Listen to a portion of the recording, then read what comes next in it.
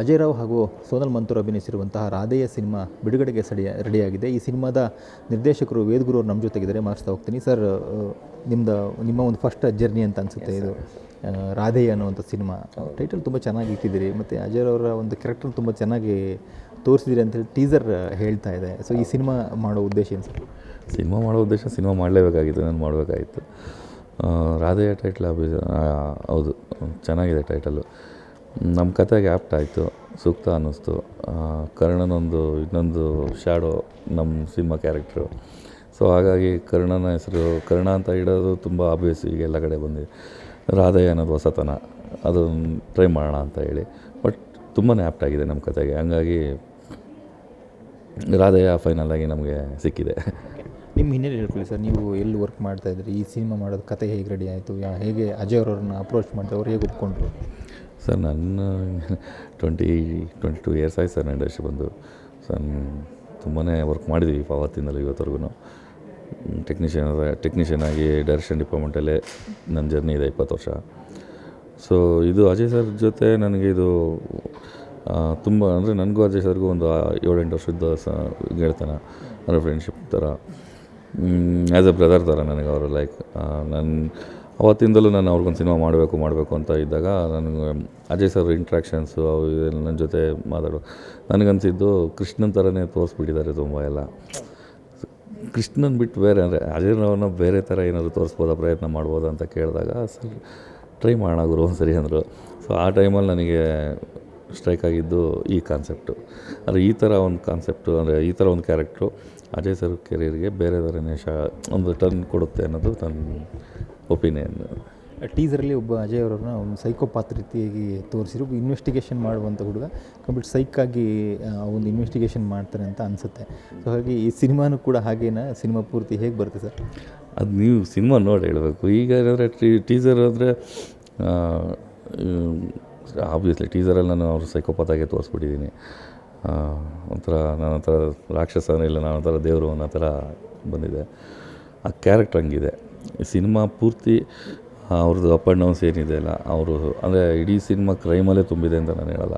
ಇದರಲ್ಲಿ ಲವ್ ಇದೆ, ಎಮೋಷನ್ ಇದೆ, ಅಮ್ಮ ಸೆಂಟಿಮೆಂಟ್ ಇದೆ, ಹೆಂಡತಿ ಸೆಂಟಿಮೆಂಟ್ ಇದೆ, ತಂಗಿ ಸೆಂಟಿಮೆಂಟ್ ಇದೆ. 100% ಎಂಟರ್ಟೈನ್ಮೆಂಟ್ ಪ್ಯಾಕೇಜ್.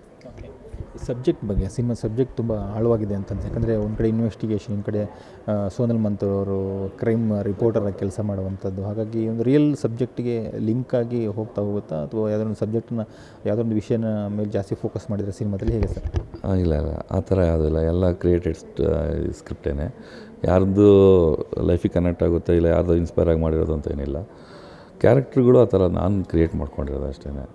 ಅಂದರೆ ಒಬ್ಬ ಕ್ರೈಮ್ ರಿಪೋರ್ಟರು, ಒಬ್ಬ ಕ್ರಿಮಿನಲ್, ಆ ಇಂಟ್ರಾಕ್ಷನ್ ಯಾವ ಥರ ಇರುತ್ತೆ. ಆಮೇಲೆ ಇನ್ ಕೇಸ್ ಕ್ರಿಮಿನಲ್ಲಿಗೆ ಒಂದು ಸರಿ ಲವ್ ಆದರೆ ಆ ಲವ್ನ ಅವನು ಯಾವ ಥರ ಎಕ್ಸ್ಪ್ರೆಸ್ ಮಾಡ್ತಾನೆ, ಅದನ್ನು ಉಳಿಸ್ಕೊಳ್ತಾನ ಬಿಡ್ತಾನೆ, ಇಲ್ಲ ಅದು ರಾಧೆಯ ಅನ್ನೋದು ಟೈಟ್ಲ್ ಇದೆಯಲ್ಲ, ಅದಕ್ಕೆ ಅವನು ಹೆಂಗೆ ಸಜೆಷನ್ ಕೊಡ್ತಾನೆ, ಇದು ಜಸ್ಟಿಫಿಕೇಷನ್ ಕೊಡ್ತಾನೆ ಅನ್ನೋದು ನನ್ನ ಕತೆ ಸರ್. ಇನ್ನೊಂದು ಮುಖ್ಯಕ್ಕೆ ಗಮನಿಸಬೇಕು ಅಂತಂದರೆ, ಈ ಸಿನಿಮಾದಲ್ಲಿ ಅಜಯ್ ಅವರವ್ರಿಗೆ ಕೈಗೆ ಬೇಡಿಯನ್ನು ಹಾಕಿದಂಥ ದೃಶ್ಯಾವಳಿಗಳು ನೋಡ್ಬೋದು, ಮತ್ತು ಖೈದಿ ನಂಬರನ್ನು ಕೂಡ ಕೊಟ್ಟಿದ್ದೀರಿ. ಹಾಗಾಗಿ ಸಿನಿಮಾ ಹೀರೋ ವಿಲನ್ ಅಥವಾ ಅವ್ರು ಏನು ಅನ್ನೋದು ಒಂದು ದೊಡ್ಡ ಪ್ರಶ್ನೆಯಾಗಿ ಎಲ್ರಿಗೂ ಕಾಡ್ತಾ ಹೋಗುತ್ತೆ. ಅದು ಹೀರೋ ಅಂತ ಹೇಳಲ್ಲ, ಇಲ್ಲ ವಿಲನ್ ಅಂತೆಲ್ಲ ಹೇಳೋಕ್ಕಾಗಲ್ಲ. ನಾನು ಹೇಳಿದ್ರೆ ಒಂದು ಕ್ಯಾರೆಕ್ಟರ್ ಅವರು. ಇದರಲ್ಲಿ ಯಾರು ಹೀರೋ ಹೀರೋಯಿನ್ ಯಾರೂ ಇಲ್ಲ. ಒಂದು ಆರ್ಟಿಸ್ಟ್ ಅಂದರೆ ಒಂದು ಕ್ಯಾರೆಕ್ಟ್ರುಗಳಾಗಿ ಜರ್ನಿ ಇದು ಮಾಡಿದ್ದೀವಿ. ಸಿನಿಮಾದಲ್ಲಿ ಅವ್ರನ್ನ ಕೈದಿ, ಆಬ್ವಿಯಸ್ಲಿ ಕ್ರಿಮಿನಲ್ ಅಂದಾಗ ಕೈದಿ ಅದು ಕಾಮನ್. ಅದು ಜೈಲಿಗೆ ಹಾಕ್ಬೇಕಾದ್ರೆ ಬೇಡಿ ಹಾಕಲೇಬೇಕು, ಅದು ಕಾಮನ್ನು, ಅದು ತೋರಿಸ್ಲೇಬೇಕು ನಾವು. ಅವ್ರ ಕ್ಯಾರೆಕ್ಟ್ರ್ ಆ ಥರನೇ ಇರೋದ್ರಿಂದ ನಾವು ಅದನ್ನು ಮಾಡಲೇಬೇಕಾಗಿದೆ. ಜೊತೆಗೆ ಅವ್ರದ್ದು ಇಡೀ ಸಿನಿಮಾ ಇದೇ ಥರ ಕ್ಯಾರೆಕ್ಟ್ರ್ ಹಿಂಗೆ ಇಡೀ ಸಿನಿಮಾ ಇರುತ್ತೆ ಅನ್ನೋದು ಸುಳ್ಳು. ನೀವು ಸಿನಿಮಾ ಬಂದು ನೋಡಿದ್ರೆ ಗೊತ್ತಾಗುತ್ತೆ ಅದರಿಂದ ಏನಿರುತ್ತೆ ಅನ್ನೋದು. ಈ ರಾಧೆಯ ಸಿನಿಮಾ ಇದೇ ತಿಂಗಳು 21 ರಿಲೀಸ್ ಆಗ್ತಾಯಿದೆ. ನಿಮ್ಮ ಮೊದಲ ಪ್ರಯತ್ನ, ಒಂದು ಡ್ರೀಮ್ ಪ್ರಾಜೆಕ್ಟ್ ಸರ್ ಇದು.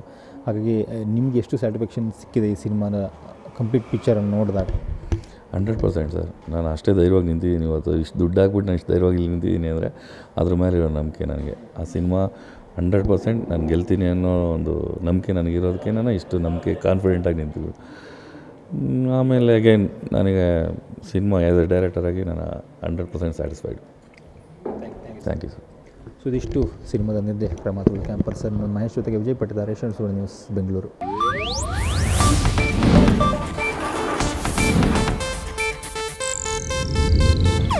ಇದು ಏಷ್ಯಾನೆಟ್ ನ್ಯೂಸ್ ನೆಟ್ವರ್ಕ್ ಪ್ರಸ್ತುತಿ.